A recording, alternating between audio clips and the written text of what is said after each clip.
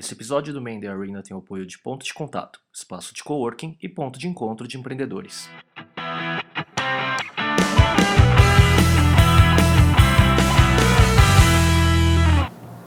Olá amigos, esse é o Mender Arena, estamos de volta com o episódio número 27, eu sou o Léo Cuba. E eu sou o Miguel Cavalcante e hoje a gente está no episódio número 27, grande satisfação de estar com o Adriano Amui, da Esfera Gestão e Invent. Prazer estar com você aqui, Adriano. Muito obrigado. Tudo bem, Léo? Tudo bem, Miguel? Obrigado, tudo ótimo. Prazer enorme. Conta um pouco da sua história profissional aí, trajetória e tal, quem que é o Adriano Amui, quase no Twitch style. Vai ser rápido. Eu sou uma pessoa que comecei como executivo. Eu achava que eu ia trabalhar em banco, fui para o Citibank, mas eu recebi um convite para entrar na Shell. Descobri que marca tem um impacto violento, porque eu fui trabalhar na Shell sem saber porquê nem o que eu ia fazer, mas porque tinha vontade e aquela marca me cativava. E isso me fez ficar por lá 11 anos. 11 anos que eu passei em vendas, passei em marketing, passei em finanças, eu rodei por diversas áreas e eu terminei com isso em 2000, cuidando de loja de conveniência. Nós tínhamos que revigorar o modelo no Brasil e deu certo. Eu conheci nessa ocasião o varejo e deu um gostinho diferente. Varejo, para quem conhece, é algo que também motiva. Eu pensei, poxa, tanto tempo Shell, etc., posso me movimentar. E surgiu um problemaço, que era uma big oportunidade. Como é que a gente funde 16 estruturas comerciais em paralelo, debaixo de um único guarda-chuva? Quando me falaram isso, isso foi Parmalat. Foi isso que me seduziu, me convenceu a vir do Rio para cá. Dia que está na minha marca, o dia que eu mais sofri na vida, dia 22 de janeiro de 2001. Eu lembro que quando eu entrei... 10 anos. Quando eu entrei na Avenida Brasil com a minha esposa, eu falei, nossa, nós vamos sair do Rio, meu Deus. E eu sou mineiro. Todo mineiro gostaria de ser carioca, eu acho. Agora eu não vai ter jeito. Você vai ganhar muitos amigos mineiros. Eu vou ter que ir para São Paulo e vim para Parmalat. A Parmalat ela já tinha uma fama que derrubava executivos com uma velocidade estúpida. É igual o técnico do São Paulo. Exato. O técnico de São Paulo ainda tem mais estabilidade. Eu não tenho nada de futebol, mas... Cara, nota 10. Eu consegui ficar como executivo lá 3 anos e meio, mais ou menos, que foi justamente... Eu consegui sobreviver às 2 gestões que existiam. Eu fui o último executivo a sair da empresa quando ela acabou. E isso apaguei as luzes. Isso foi maravilhoso como experiência, foi degradante pessoalmente, você demitir quem você contratou, mas isso, para depois eu trabalhar como empreendedor, foi algo vital. A Parmalat tinha uma tremenda história de sucesso. E aí eu montei uma empresa nessa época, a Esfera. E o propósito da Esfera era, não sei, eu tenho que fazer alguma coisa, eu tenho que cumprir 4 meses de quarentena para voltar para o mercado de consumo de alimentos. Então, vou pensar em alguma coisa. E alguma coisa foi a Esfera. Rapidinho pintou o primeiro cliente, uma empresa de café no Paraná, chamada Café Damasco. Uma super empresa também. Uma empresa de faturamento, na época, 200 milhões, e hoje foi vendida para Sarali, com super valorização. E qual era a ideia? Como é que a gente transformava uma empresa familiar, pequenininha, que não era tão pequena em faturamento, num big business para ser vendida em seguida? Eu fui e levei 3 meses para montar o plano e mais um mês para começar a disparar o plano. E aí a Esfera foi para escanteio porque eu recebi uma ligação da Nestlé e me convidou para voltar a ser executivo. Eu pensei, poxa, eu terminei a carreira aqui de executivo numa empresa, numa buraqueira danada. Né? Nunca é bom você terminar em baixa, mesmo que não seja verdade que você terminou em baixa. Poxa, eu falei, poxa, tá aí a chance. A Nestlé é uma super empresa, eu acho que ela vai me complementar como experiência. E eu fui para a Nestlé e foi muito legal. O objetivo na Nestlé era simples. São diversas unidades de negócio, também muito fragmentadas, desde água até alimentação infantil e tudo mais. E meu papel era montar uma estrutura única de trade marketing, que na Nestlé se chama CCSD, Category Channel Sales Development. Foi uma experiência fabulosa, foi um benchmarking. Esse modelo depois a gente replicou para a América Latina, foi um modelo que eu apresentei mais tarde na Suíça e foi muito positivo. Só que com 6 meses eu realmente concretizei que eu preferia a Esfera. O gostinho de empreender pegou, né? Pegou, e acho que foi meu tempo de desaceleração. Então, quando eu identifiquei isso, eu conversei com a empresa e esperei completar um ano. Então, quando completou um ano, foi um dia fundamental. Agora, de fato, as coisas iam nascer. Bom, nesse instante, a Esfera já tinha um motivo. E o motivo inicial dela era: qualquer ideia de negócio que eu tiver, eu vou colocar debaixo dessa empresa, eu estabeleço os pilotos, tento fazer o desenvolvimento e, na medida em que merecer e que crescer, ganho o CNPJ e viram um business independente. Uma incubadora, então. Era uma incubadora. O primeiro negócio que nós montamos tinha muito a ver com educação. E por que educação? Porque eu acredito que o futuro nosso está nesse caminho. Nós estamos tendo falta de gente hoje porque faltou formação. Então, bom, imbatível. Tem gente desempregada e sobra vaga. Exatamente. Então, esse caminho ele é muito óbvio. E o Brasil vivia ainda uma onipresença de universidades que tinham grandes marcas e eram importantes, mas eram retrógradas. E eram cursos lentos. Não olhavam para o mercado. De maneira nenhuma. E eram cursos de longa duração. Então, isso não é um problema só em agronomia, pelo visto. Não, é exatamente o mesmo em todas as áreas. O que eu pensei? Nossa, por que a gente não junta um grupo de pessoas que gostam de educação, que conhece desse negócio e que pode ajudar a formar a gente, e vamos fazer cursos de uma semana, de 2 dias, de um dia, entretanto cursos que sejam assim, fora da curva. Esse é o formato que eu mais gosto, assim, tipo, eu acho que um curso muito longo, é um negócio complicado, tal, geralmente você dá para você colocar muita coisa. Exatamente. Em 2 dias, em 3 dias, em 5 dias, pô, né? Aí você já constrói um nível, deixa a pessoa voltar ao mercado, aplica, experimenta, testa, volta, depois tem um próximo nível, e disso surge então o Invent, que se chama Instituto Nacional de Vendas e Trade Marketing. Qual foi o grande desafio? O Invent é um produto da incubadora Esfera. Exatamente, foi o primeiro produto da incubadora Esfera. E qual foi o grande desafio do Invent? Na verdade, do mesmo jeito que faltam profissionais formados em instituições, a gente tem uma carência no Brasil maior do que tudo isso, que é de gente para ensinar. Nós temos no Invent até hoje, já fazem praticamente 4 anos para 5 anos que isso acontece, banca examinadora de professores toda semana. É mesmo? Pasmem, nós não conseguimos entrevistar 5 pessoas por semana. Das 5, eu não consigo ter uma aprovada dentro de pré-requisitos top. Não passa. E qual que é o perfil agora curiosidade, o perfil do professor? Quem você está procurando? E é um cara de executivo de empresa? Miguel, lembra que você me contou que um dia te contaram que na sua empresa você queria recrutar o melhor? Esse é o perfil, eu só quero o melhor. Então eu quero alguém que tenha tido experiência, história para contar, ou seja, alguém que consegue concretizar a teoria, mas alguém que também tenha dedicado algum tempo a compreender o que é a teoria. Nesse mundo de vendas, a gente tem no Brasil grandes vendedores.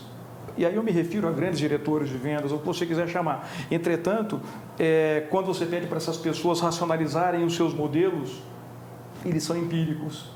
O cara, ele é competente, mas ele não sabe explicar. Ele não sabe o que ele fez, ele não consegue repetir o que ele fez, ele não consegue modelar o que ele fez. E o que a gente precisa, na medida que o mercado vem explodindo, eu preciso ter modelos que sejam replicáveis, eu preciso saber contar uma história, eu preciso formar gente para isso. Então você não cria uma plataforma. Senão não cria uma plataforma, eu só crio seguidores de executivos. E esse é o grande desafio. Para vocês terem uma ideia, um assunto trivial que existe em vendas é Key Account Management. Vocês conhecem? Sim. Então, não existe nenhum livro publicado em português. Sobre esse tema? Não. Eu estou tentando terminar o primeiro. O negócio de vendas no Brasil, assim, que tem a maioria das coisas é técnicas de venda de vendedor de carro usado, né? Exatamente. E aí vira pejorativo até, né? Vira absolutamente é a última pejorativo. coisa que o cara vai fazer, né? Indiscutível. Indiscutível. E você tem também no Brasil, prevalece um modelo que é copiar modelos americanos de sucesso. Acontece que esses modelos não funcionam aqui. Cultura. É absolutamente diferente. A cultura, a própria estrutura, a forma da organização. Então, as oportunidades aí são muito grandes. E depois disso, a Esfera começou a caminhar por outros projetos.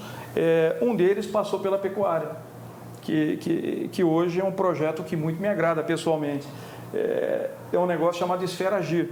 é uma aposta para o futuro que diz o seguinte: eu consigo conceber, a partir de um embrião selecionado e fecundado, de pai e mãe muito bem escolhidos, eu vou conseguir ter um animal que vai ser um estrondoso sucesso daqui a pouco. E com a tecnologia disponível hoje no Brasil, aí eu me refiro à fertilização in vitro, sexagem e tudo isso, isso é viável. Então nós montamos esse negócio. Há 1 ano e meio, 2 anos, nós compramos o primeiro lote de receptoras. Receptora, para quem não sabe, são as vaquinhas que vão servir como barriga de aluguel. Foram 50 as primeiras. Experiência enlouquecida. Primeiro porque eu não entendo nada, eu sou um administrador de empresas, eu não contei para vocês, sou formado com especialização em marketing, depois eu estudei finanças, depois eu estudei estratégia, mas eu nunca estudei genética. Ainda bem que eu tenho uma pessoa que me ajuda muito com isso, que sabe fazer essas combinações.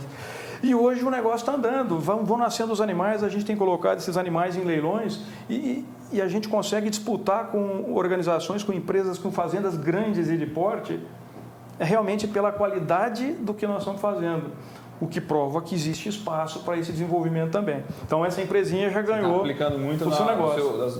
Da sua cara, do seu jeito, do seu conhecimento de gestão, de estratégia, de marketing para tocar. Exatamente, mas estou aprendendo muita coisa também, porque eu venho de um pique como executivo que quando eu mudo de setor, não necessariamente esse pique significa produtividade. Sim. O que eu quero dizer com isso? Eu estou aprendendo a respeitar determinados tempos que eu jamais aceitaria respeitar. Demora 9 meses. Exatamente. Então, não adianta. É um bicho ineficiente, não tem jeito. Eu acho que a gente tomou decisão na hora, não é. As decisões são maturadas. As relações são construídas, a confiança é estabelecida. Eu estou pensando, caramba, por que não faz amanhã? Eu não vou conseguir assim. E na hora que isso ficou claro, eu acho que eu fiquei mais tranquilo, o negócio andou. E voltando assim um pouco, entender que você falou da incubadora, dos 2 negócios que surgiram, como que é a rotina de trabalho? Como divide entre isso? É um dia típico seu. Isso, essa é uma pergunta muito legal. Na verdade, é uma bagunça, não divido oficialmente, formalmente nada. A minha cabeça trabalha, desde que possível, 24 horas.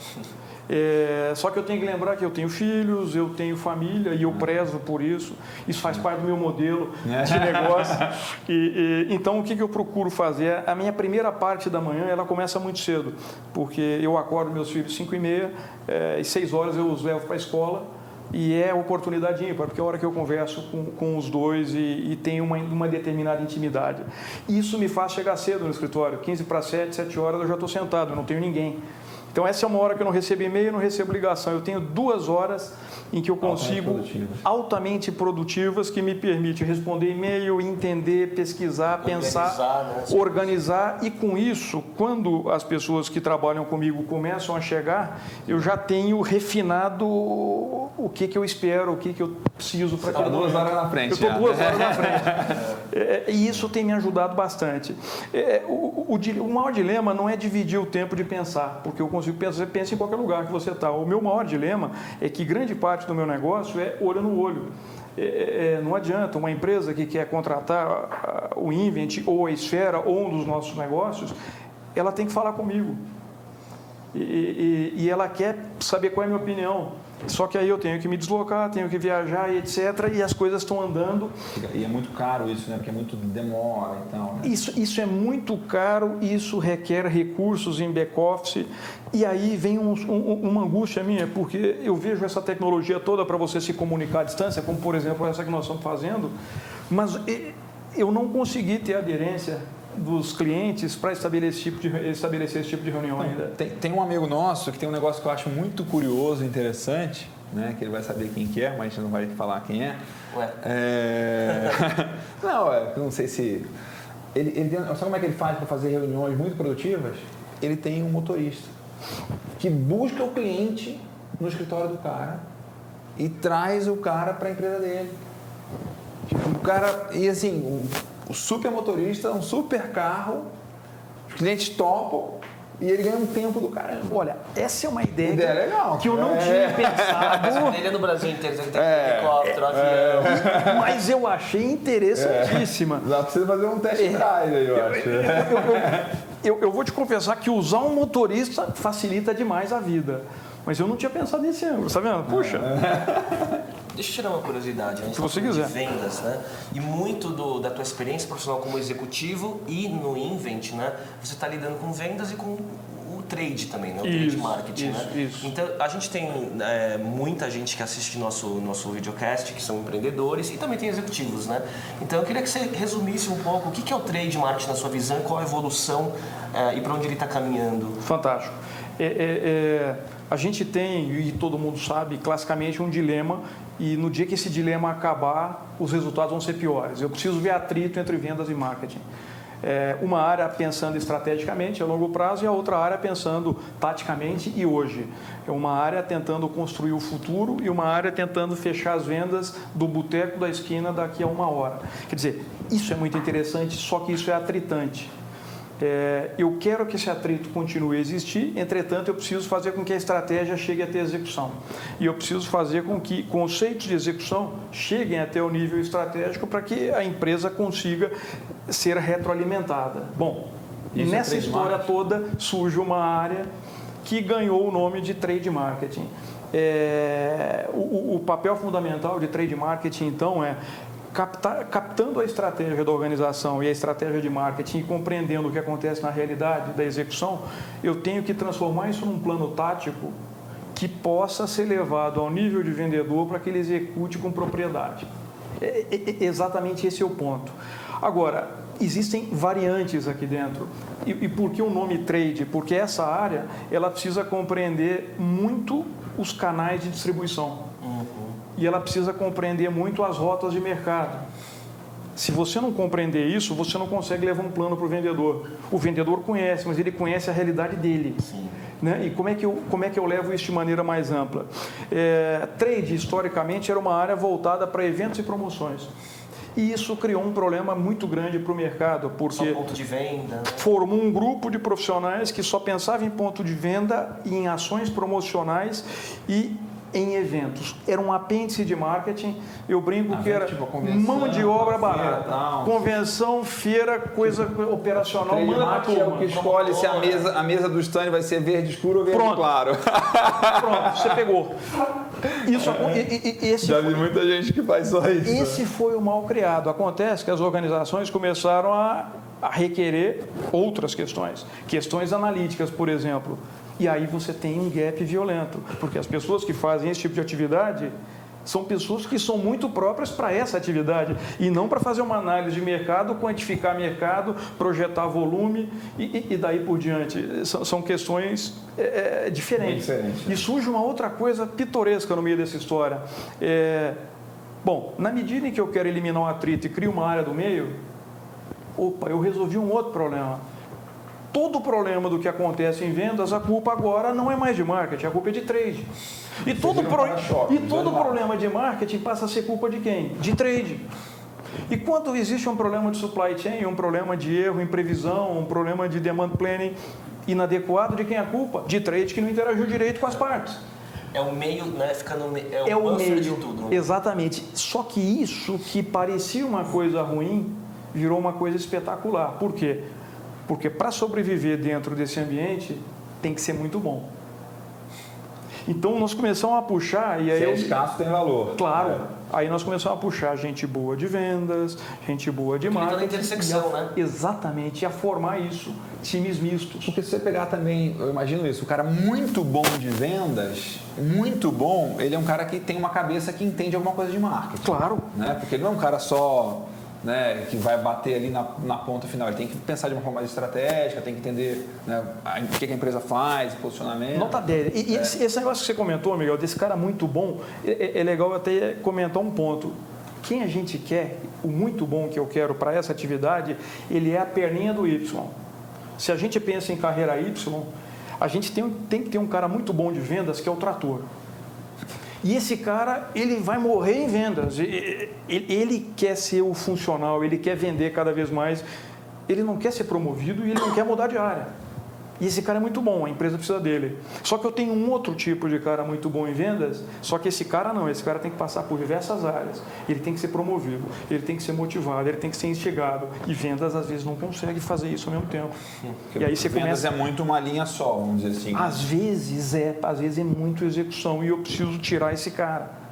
Então, uma pergunta que me fazem sempre na aula é a seguinte: de onde tem que vir o cidadão de trade marketing? Marketing ou vendas? E minha resposta tem sido dos dois. Eu não consigo estabelecer com precisão um percentual mais de cá ou mais de lá. Eu preciso ter gente que consiga pensar em negócios. E eu encontro essa capacidade dos dois lados. E hoje eu posso dizer que o Brasil desfruta de um time de trade marketing de primeiríssima qualidade e standard global. Em todos os segmentos? Em todos os segmentos. Meios de consumo, farma, Tudo. Hoje a gente tem iniciativas um pouquinho mais lentas, mas já estão se acelerando. Por exemplo, em mercado de material de construção. É um pouquinho mais lento. Mas tirando isso, hoje farma no Brasil, campeão. Mercado de consumo, fabuloso. Não deve nada a Não ninguém. deve nada a ninguém. Nem em tecnologia, nem em recurso, nem em informação. Já que a gente falou de vendas e marketing, qual que é a dica para contratar um bom vendedor? Opa, essa pergunta é muito boa, viu? eu achava... É difícil contratar um bom vendedor. Então, eu achava que eu sabia contratar um bom vendedor, mas aí eu descobri que eu contratava um bom vendedor não era porque eu sabia, era na verdade porque eu tinha a marca Shell, a marca Parmalat e a marca Nestlé. Eu descobri que o desafio de contratar um bom vendedor, na verdade, é quando você não tem cartão para dar para o cara. Como você faz? E aí eu descobri que, puxa, eu busco duas coisas. Uma é, eu quero gente de caráter, porque eu quero venda de qualidade. E a segunda coisa eu tenho que pagar bem. Vendedor gosta de dinheiro. Eu gosto de dinheiro. Todos nós que trabalhamos de alguma maneira com qualquer atividade comercial. O financeiro é importante. Lógico. Então, essa pessoa tem que ser muito bem remunerada para fazer muito bem feito um desafio muito grande. Estou lembrando que tem um cara que falava que o bom vendedor é o que tem a mulher que gasta muito. Mas isso é bom. Isso não deixa de ser um belo conceito. Hoje, falando sobre esse negócio de ter uma grande marca por trás, né, e isso às vezes mascarar se o cara é bom vendedor ou não, hoje eu estava almoçando com um empreendedor, eu não vou falar o nome, mas ele estava falando, puxa, uma vez eu trouxe um cara que trabalhava na IBM para trabalhar na minha empresa, que era uma empresa menor, uma startup, e o cara tinha vergonha de dar o cartão da marca. Como que o cara ia vender o negócio? Né? Se nem o cartão ele tem coragem de entregar e impedir a venda. Mas é perfil. O cara é o perfil de executivo de grandes empresas, né? E talvez executivo de uma empresa. Pode ser. O que é muito comum. Por exemplo, eu gosto de profissionais de vendas da Ambev. Porque são profissionais agressivos e são profissionais que têm muita técnica para poder fazer o seu trabalho. Eu acho gente qualificada. Tem sangue no olho e tem técnica. E tem técnica. Essa é a minha opinião. Entretanto, eu vejo uma rejeição e até mesmo uma dificuldade de aceitação desse profissional na maior parte das empresas. É muito mal. Olha que interessante, né? Quer dizer, aí, o aspecto relacionamento ele passa a ser preponderante em detrimento de tudo de bom que o cidadão está fazendo. Isso é uma coisa bem comum na maioria das empresas brasileiras, né? Tipo, o cara que é muito resultado e, tipo, sem frescura, ele gera um monte de inimigos, assim, cara. Exatamente. Né? Ele incomoda, porque, tipo, todo mundo tem que se... Então, mas aí é o papel da organização. Se a organização está se propondo a fazer uma mudança e ela precisa desse tipo de recurso agressivo, ela tem que bancar. Então, eu vi um exemplo. Eu não perguntei para você se eu posso mencionar as empresas, pode? Pode. Eu vi um exemplo que eu conto com orgulho, porque é real, é a companhia Miller, cuida de caninha 51. Imagina, uma empresa centenária, que vende cachaça. E essa empresa teve a habilidade de, nos últimos 4 anos, se reinventar como organização. Ela praticamente dobrou de faturamento. Descobriu que onde estava o meu gargalo, agora eu preciso me reinventar como vendas. E o que ela fez? Ela analisou o grupo que tinha, entendeu que desse grupo 60% podia ficar. Portanto, pessoas. Portanto, ela tomou uma decisão importantíssima que não é sair trocando todo mundo. Não é assim que você constrói uma equipe. Ela manteve 60% das pessoas. Mandou do embora grupo. 40% de uma vez só? Não, 40%, me refiro à liderança. 40% não é um número grande. Né? De 10, 4 vão ser trocados. Sim. E os 4 vieram da Ambev. Um choque de cultura teórico absurdo. É só vocês imaginarem. Empresa familiar, claro, mais tradicional, todos os tranquilo. 6 gerentes que ficaram têm 25 anos de casa, 27 anos de casa, 28 anos de casa, sempre venderam cachaça e sabem o que fazem. Todos os 4 que chegaram são jovens. Nunca venderam cachaça. Nunca venderam cachaça. Tem 5 anos de dente. experiência, só que o cara quer atropelar e quer arrebentar tudo e quer botar um modelo novo. Opa, como é que se equilibra isso? E aí eu vi, a alta direção, ela está conseguindo e ela está bancando esse choque. Até virar o... Exatamente. É o calor na temperatura ideal, né? Assim, não deixa queimar, mas ele também não deixa o negócio esfriar para não ficar na moleira. Ela solta um pouquinho e o cara corre. Quando ele incomoda demais, fala, agora volta aqui, empurra o outro. Claro, mas vendas tem muito... Mas negligência não tem, né? Não pode. De maneira nenhuma. Você tem que estar muito atento. E esse é um tremendo investimento. Não, uma coisa que eu tenho dúvida também, que acho que a principal origem disso é o nosso que eu li um livro de um cara que ele fala, olha, não tenha vendedores comissionados, que é uma heresia, vamos dizer assim, para a maioria das pessoas, né?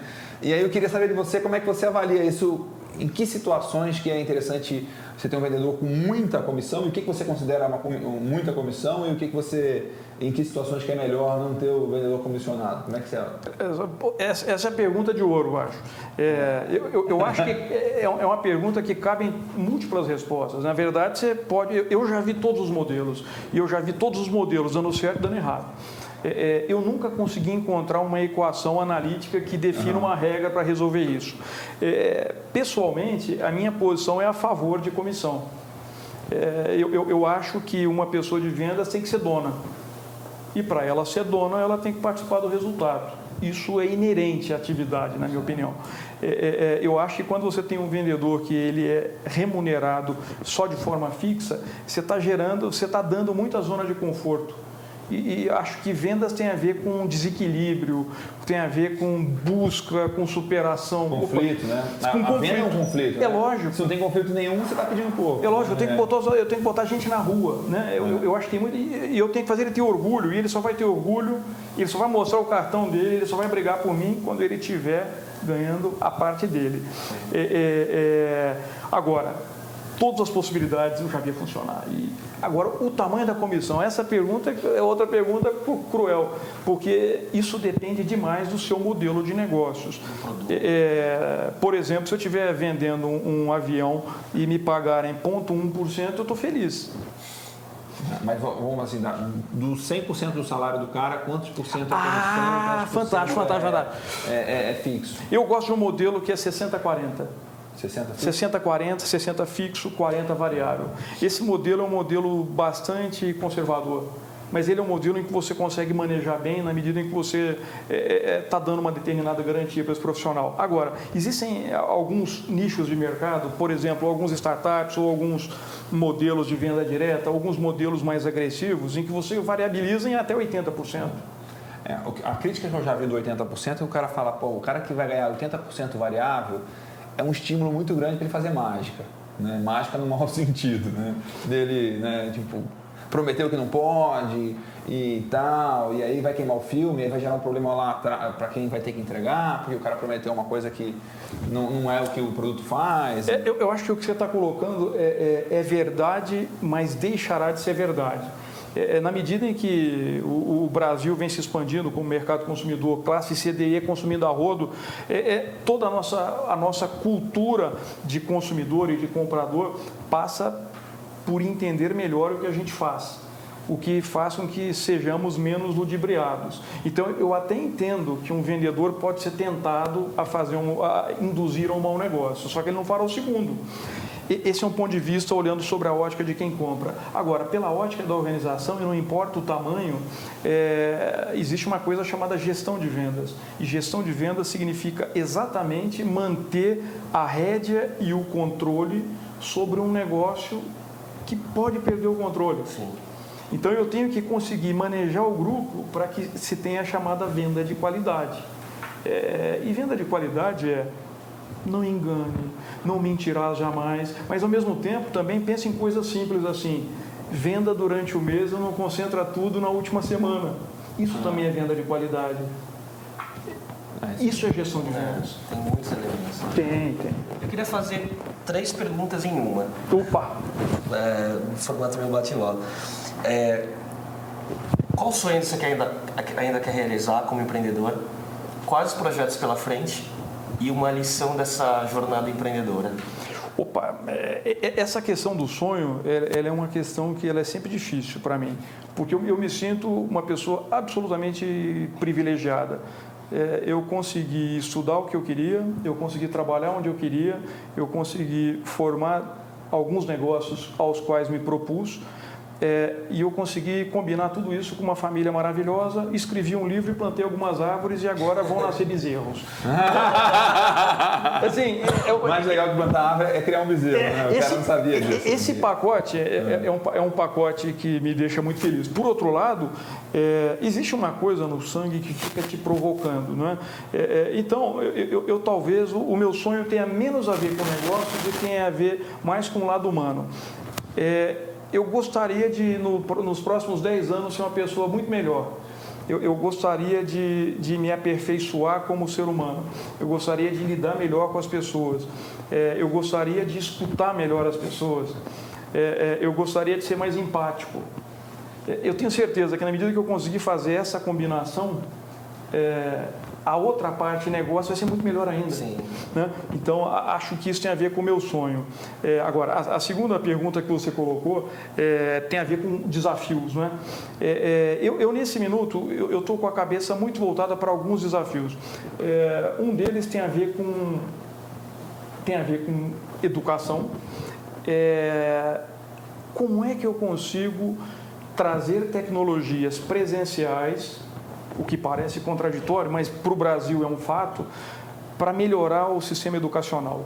Quer ver um exemplo simples? Quando você entra numa universidade americana como aluno, a primeira coisa que você faz é ir na livraria da universidade e comprar um aparelhinho, um IP Vote, um aparelhinho para você poder assistir a aula e votar, ou dar respostas e interagir com o professor. Isso no Brasil é alugado para convenção. Opa, essa é uma ferramenta de educação violenta. Então, nós fizemos agora, pelo Invent, uma importação pequena para fazer um piloto de 120 máquinas como essa. E nós vamos testar em turmas grandes de 100 pessoas para palestra, e nós estamos testando em workshops de 7 pessoas a 20 pessoas. Agora, isso não vai um iPhone não vai poder fazer isso? Não vai ter um aplicativo que faz isso? Eu imagino que vai, mas eu ainda não encontrei essa solução.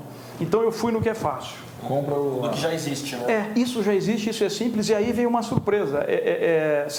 Eu comentei, eu nunca trabalhei com importação. Eu consegui ter isso no Brasil internalizado de maneira legal, recolhendo todos os impostos em 2 semanas. Puxa vida, hein? Isso é fantástico. Está globalizado. Eu fiz o câmbio dentro do site do Banco Itaú. Isso é muito fantástico, isso é muito simples.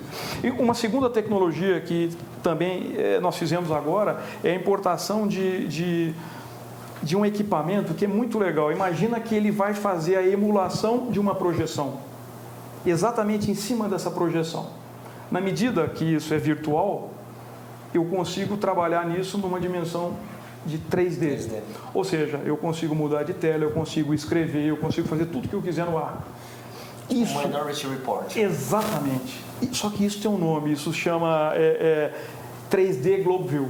O Kinect do Xbox. É tipo um Kinect que você conecta a um projetor e a um computador e ele faz essa segunda imagem. De novo, em 21 dias o equipamento estava no Brasil testado e funcionando. Isso já é para aulas um pouquinho mais sofisticadas, onde você precisa reter a atenção de pessoas que têm uma tendência a estar desatentas. Então, falar com um grupo de executivos em alto nível usando esse tipo de ferramenta, me parece que vai ser muito legal agora. Então, pelo menos as primeiras, com certeza, exatamente. Olhando que negócio exatamente. é esse. Chama atenção. E daqui a pouquinho vai ter que vir coisa nova. O efeito iPad, né? Você vai numa reunião, o cara nunca viu um iPad, vai mostrar a apresentação no iPad, o cara vai olhar, né? O cara vai olhar. Isso. Mas depois que agora o cara já tem iPad, está acostumado, ele nem vai olhar mais. Né? Então, acho que esse é um ponto. Um outro projeto que está forte, e esse Quem quiser dar uma ajuda, poxa, eu nunca empreendi na web. E eu gostaria de ter essa experiência, porque eu vejo jovens talentos fazendo excelentes resultados e com ideias fabulosas, e eu não pude fazer isso. Então, está em tempo. Acho que essa é um segundo projeto que eu tenho. Vai fazer pitch no VR New Tech. A terceira pergunta que você me fez, ela tem a ver assim, qual que é o grande aprendizado? Acho que o grande aprendizado que eu tive, ele tem a ver com o seguinte, por mais que o relacionamento entre profissionais, entre empresas e negócios exija flexibilização, eu não sugiro que você flexibilize seus valores. Quando eu fui montar a Esfera, eu escrevi uma carta que eu escrevi para mim mesmo. E nessa carta eu escrevi quais são os determinados valores que eu queria aplicar aos negócios e sobre os quais eu jamais me corromperia. Eu leio isso todo mês. Qualquer pessoa que vai começar a trabalhar comigo, ela antes lê e discute comigo. Isso é discutido dentro dos grupos, periodicamente, porque eu preciso que isso refresque. E eu tenho agora levado isso para clientes, tenho levado isso para os nossos fornecedores e tenho dito o seguinte, olha, lê, você vai perceber que dentro dessa carta tem coisas que você vai gostar e tem outras que você não vai gostar. Eu já estou te contando antes quais são. Não faça negócio comigo se você não concorda com isso. Esse manifesto. Com esse espécie de manifesto que eu chamei de a carta.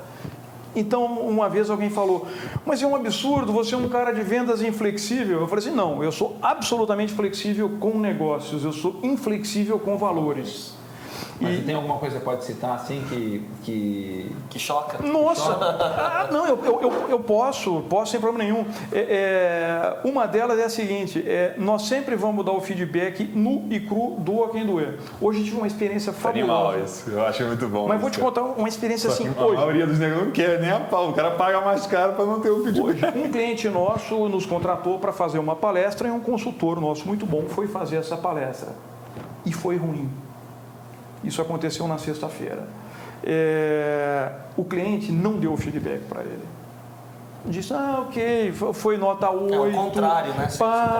Acontece que no sábado o cliente me ligou e acabou com o meu fim de semana, porque o cara me disse, até que o cara chegou atrasado, que o cara falou besteira, mas o cara fez tudo errado. Ele não estava no dia dele. E isso acontece. Mas o pedido do cliente me assustou. O pedido foi assim, você tem que resolver, mas você não pode contar para ele. Porque ele é um cara muito sensível.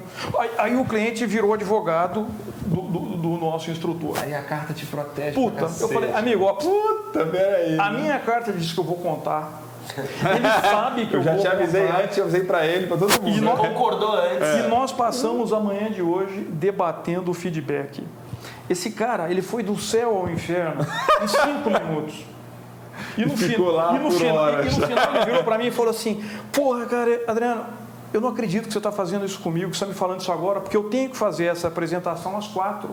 Eu não vou estar preparado. Eu falei, bom, se você não estiver preparado às 4, é porque você não é o cara para trabalhar comigo. Você só quer os louros. Quem lida com o público, quem dá aula, quem faz isso que nós estamos fazendo, você tem que apanhar e tem que levantar e ir lá consertar. Eu posso ir lá fazer a palestra para você. Eu dou os canos do Léo, ligo para o Miguel, peço desculpas, vou lá, faço a palestra, é um tema que eu conheço bem, vai dar certo. Mas e você? Você está morto para esse negócio. Eu não posso deixar.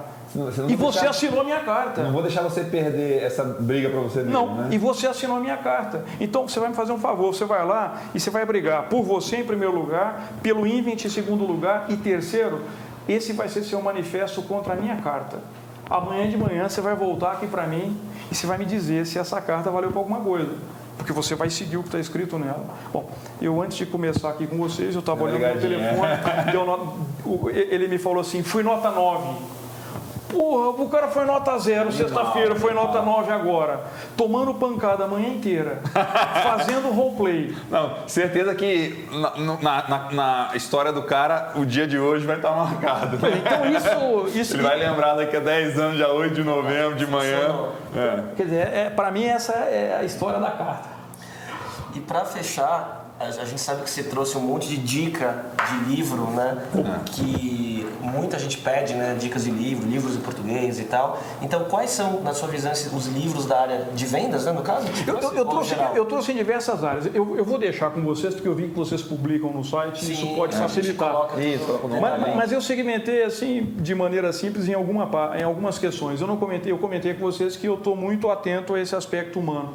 Bom, para esse aspecto humano, eu escolhi e gostei de dois autores. Um é o Mário Sérgio Cortella, que muitos devem conhecer. Ele tem um livro Qual é a Tua Obra, que vai estar registrado, que, na minha opinião, qualquer pessoa que quer fazer qualquer negócio, mesmo que seja só se conhecer, tem que ler esse livro.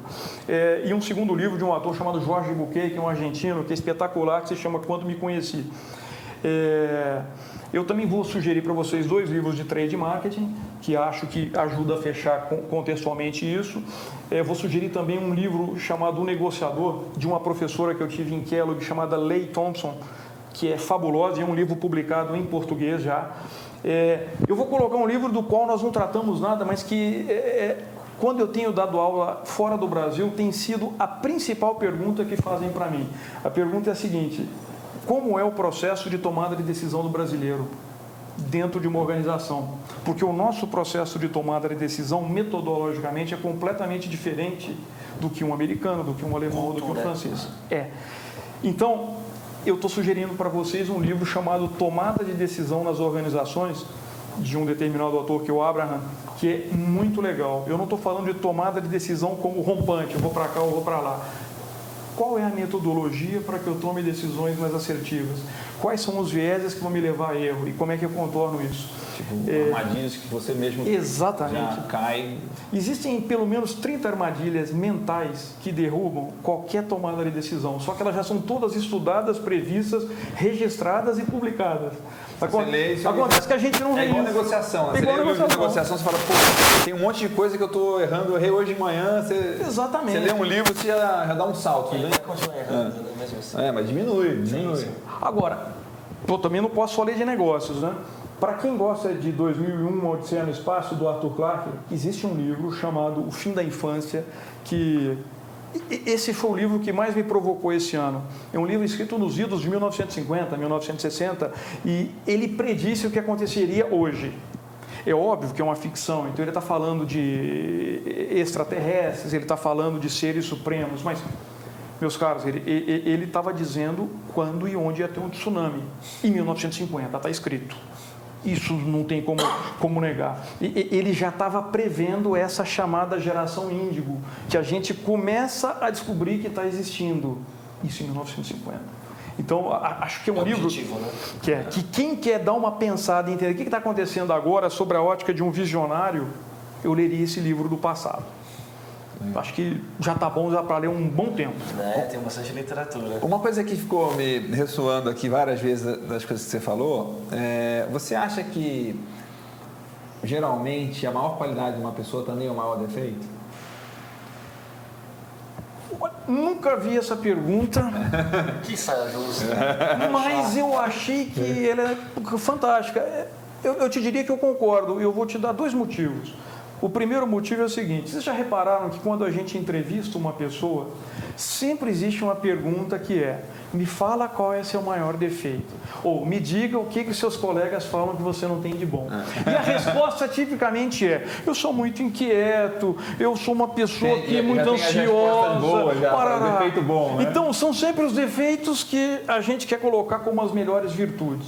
Bom, então esse é um ponto. Agora, existe uma outra vertente filosófica que fala que a sua virtude, quando refletida no espelho, ela fica excessiva e passa a ser enxergada como um defeito.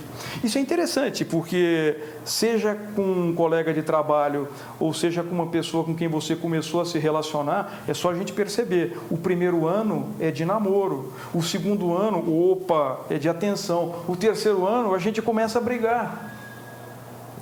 A grande questão é se nós vamos conseguir aceitar que essa virtude que um dia me atraiu, ela me incomoda de tal maneira que eu tenha que ter repulsa por isso. Eu tenho aprendido que é melhor lidar com esses pontos positivos e não vê-los como negativos. E tem funcionado, eu acho que para mim é melhor. Isso aí. Muito Então, bom. Tá chegando ao fim do episódio número 27. Agradecer o Adriano de novo. Muito Várias obrigado. dicas vão estar no site. A URL vai estar aqui exposta no GC, no gerador de caracteres, né? Adriano, obrigado de novo pela presença. Sou eu que Obrigado. agradeço, pessoal. Muito obrigado. Muito obrigado a todos aí com quem eu tive a oportunidade de conversar. Então, tá bom. A gente volta daqui a 15 dias no próximo episódio. Obrigado, pessoal. Um abraço. Valeu. Tchau.